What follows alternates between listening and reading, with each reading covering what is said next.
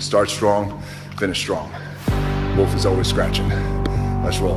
Up at 3:45 a.m., cardio by 4:45 a.m., hitting the iron by 6:15 a.m., in my pickup truck by 7:15 a.m., heading to work, ready to get after it, ready to shoot. There's no substitute for hard work. I'm gonna make something out of myself, but it's gonna be so good, it's bad.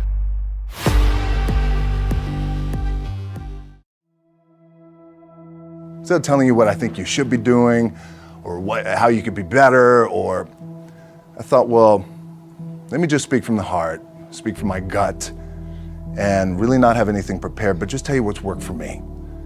And maybe some of the stuff that's worked for me might work for you now, currently, presently, as you guys have your goals and ambitions, but then further on down the line, as you guys continue to live your life. This idea and this notion that you could be anything you want, you can accomplish anything you want, right? We hear that. You've heard that from the time you were little boys. You hear that now. You're already incredibly accomplished. You guys know that. The thing that has worked for me is to remember the hard times. So, and I'm sure you guys all have your processes. And again, I'm going to tell you what's worked for me. So before a big movie comes out, before, back in the days when I was wrestling with WWE, a WrestleMania match, anything big that would happen, I would always take a moment and I'd just remind myself, all right, I was evicted when I was 14. We were kicked off the island. We couldn't live in Hawaii. Had no place to live. A lot of shit happened then when I moved to Nashville. I was arrested multiple times by the time I was 16 years old. I would remember that, and it allows me then to be present in the moment and understand, holy, the stuff I have around me right now, this is the shit that I dreamed of when I was a kid. I am here. I played for University of Miami, played for great teams. Warren Sapp, Ray Lewis, they were my teammates. They were balling. Warren Sapp was playing tight end that time. I was starting defensive tackle. Yeah, they moved him over to D-line. And he looked at me, he's like, yo, dude, I'm gonna take your spot. And I said, you ain't taking my spot. He said, I'm gonna take your spot. I said, no, you ain't. We battled, and he took my spot. Now you can imagine how that with me, because there goes my opportunity. He went in, switched to defensive tackle, lit the world on fire. Well, what that did, it crushed me, it crushed my dreams. I had a piss poor senior year, zero production, no NFL, no combine invite, nothing. Finally went to the CFL. Calgary Stampeders, making $250 a week Canadian. Now, I had to send that home to my wife at that time. Had no money. So I remember that. When I got cut from Canada, my dad in his pickup truck came down 4 o'clock in the morning, picked me up in Miami from Tampa. We lived in a little apartment in Tampa. He drove down in his little pickup truck to Miami to get me when I was cut from the CFL. And I thought, well, I leave home like you guys left home. I'm ready to tackle the world, to get after it, achieve my dreams and goals. Crushed by 22, 23 years old. Now I got to move back in with my mom and dad. I played on great teams though. Wait a second, this is not supposed to be my future. I'm supposed to be in the NFL right now. I'm supposed to be making a lot of coin and buying my parents, buying me, taking care of my wife, but it never happened. So I pulled out my wallet, I thought, well, let me see how much money I have. I opened it up, I had a 5, a 1, and change. Well, at least I rounded up to $7. But I thought, God, ain't this a bitch? I got $7 in my pocket. Where the f do I go now? What do I do? I can't go back to CFL. The point comes where you hear that voice, the big run's over. Like, you're done, right? So I heard that voice. So as Coach was saying, man, I hold on to that. I'm telling you, my back is up against this mother. We laugh, we joke, we have a good time, but my back is still up against this mother. I do not forget it. What this also helps me do, and again, it works for me, is at some point, you gotta be tired of not being number one.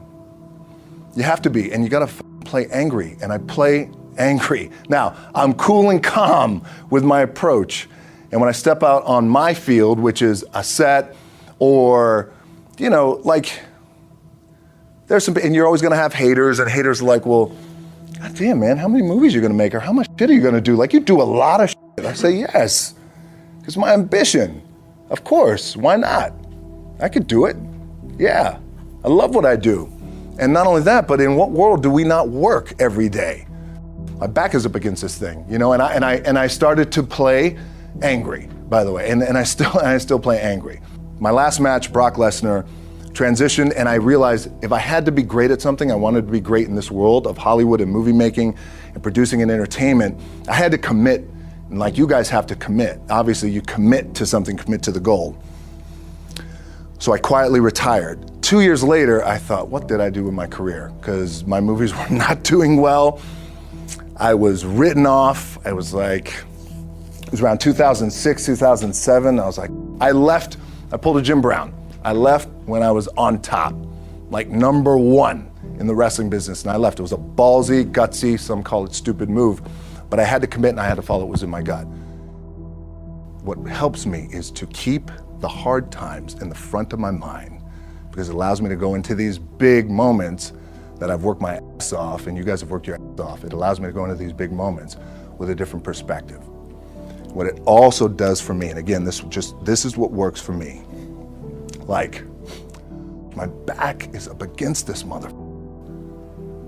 Every day, it's against this wall.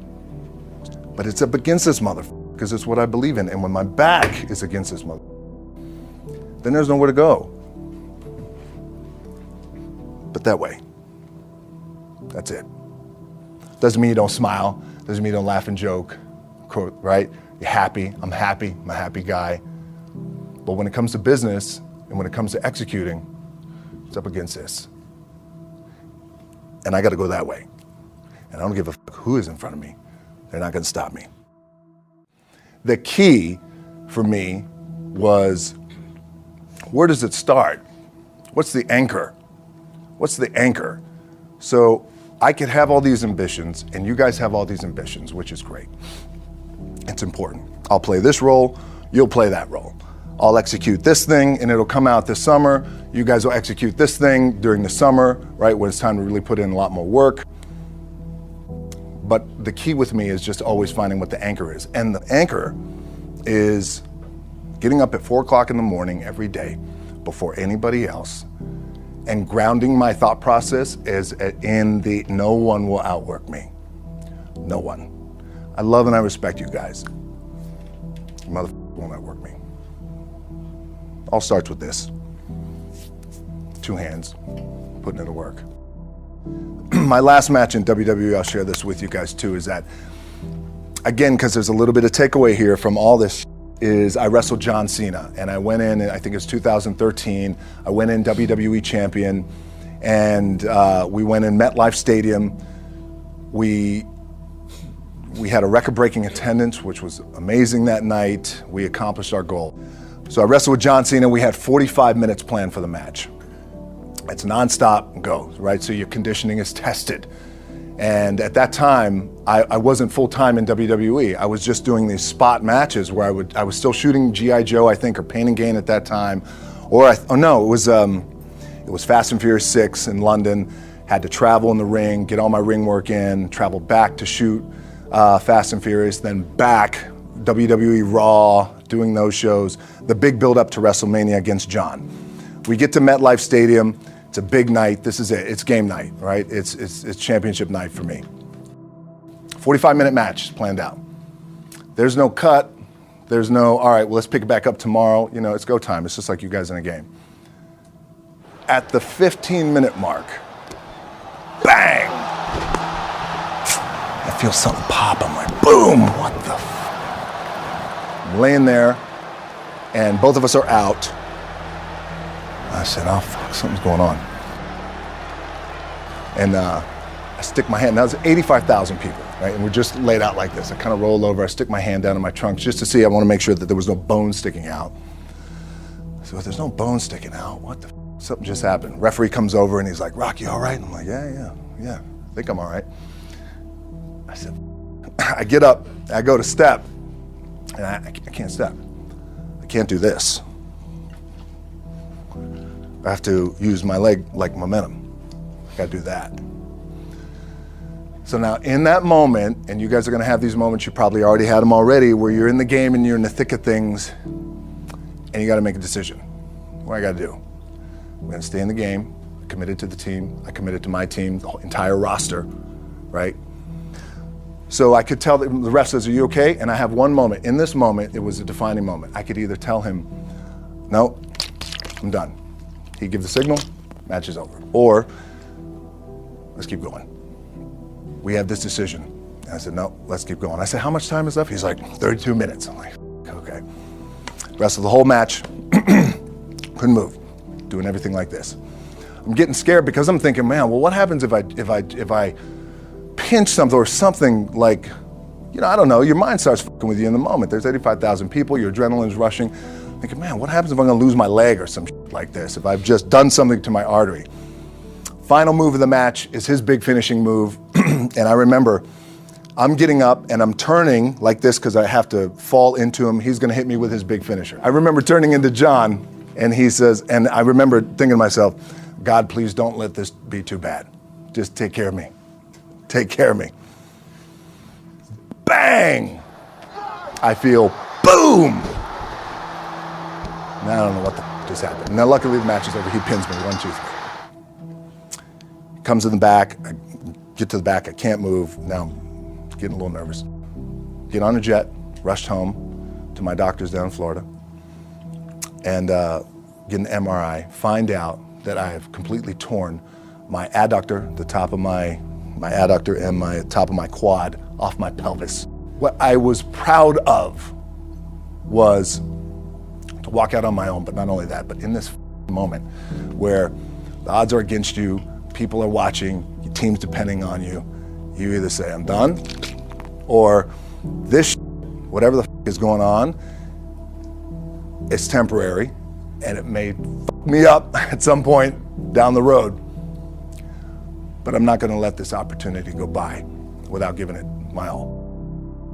As you guys know, there's nothing you can't accomplish. You're gonna go on, you're gonna become world champions.